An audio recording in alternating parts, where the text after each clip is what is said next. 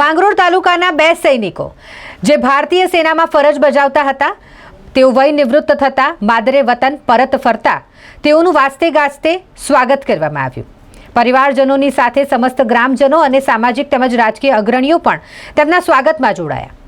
ભારત માતા કી જયના નારાથી આખું જ ગામ ગુંજી ઉઠ્યું હતું।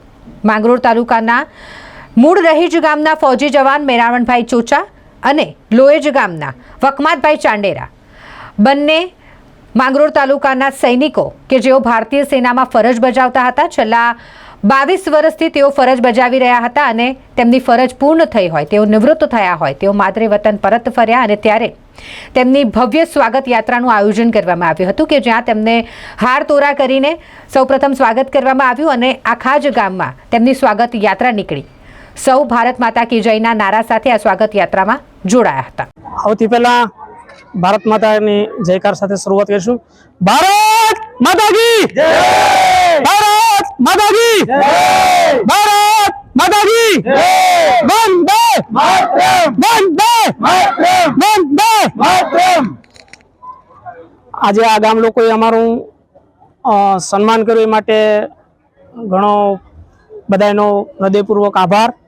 અમે બે ભાઈઓ વકમતભાઈ ચાંડેરા અને હું મેરાવણભાઈ ચોચા બંને ભાઈઓ 21 વર્ષની માથે 22 વર્ષની આસપાસ સર્વિસ કરી ને આવ્યા છે।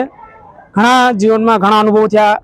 નાની ઉંમરથી ગયા હોય તો એમ માનીએ તો ઘણું રો મટીરિયલ જ ગણાય। ત્યાંથી ફોજમાંથી ઘણી બધી વસ્તુ શીખવા મળી અમને, જે કે ડિસિપ્લિન, કરેજ, એડેપ્ટિવિટી, કે જે પણ સંજોગો હોય સંજોગોમાં ઢળવાનું, લીડરશીપ, આવા ઘણા ગુણો શીખવા મળે અને આગળના જે ઓલામાં છે જીવનમાં છે આ વસ્તુ અમે સમાજમાં ફેલાવશું અને રાષ્ટ્ર નિર્માણની ભાવના ઊભી કરવાની કોશિશ કરીશું। મારું ગામ મૂળ રહીજ, હાલ કંકાસા, ચાંડેરાભાઈનું લોહીજ ગામ, બંને ગામે ત્રણેય આમ તો રહીજ, લોહીજ અને કંકાસા એ મળી અમારું સન્માન કર્યું એ માટે બધાનો ખૂબ ખૂબ ધન્યવાદ। શું કરવા માંગશો? નિવૃત્તિ બાદ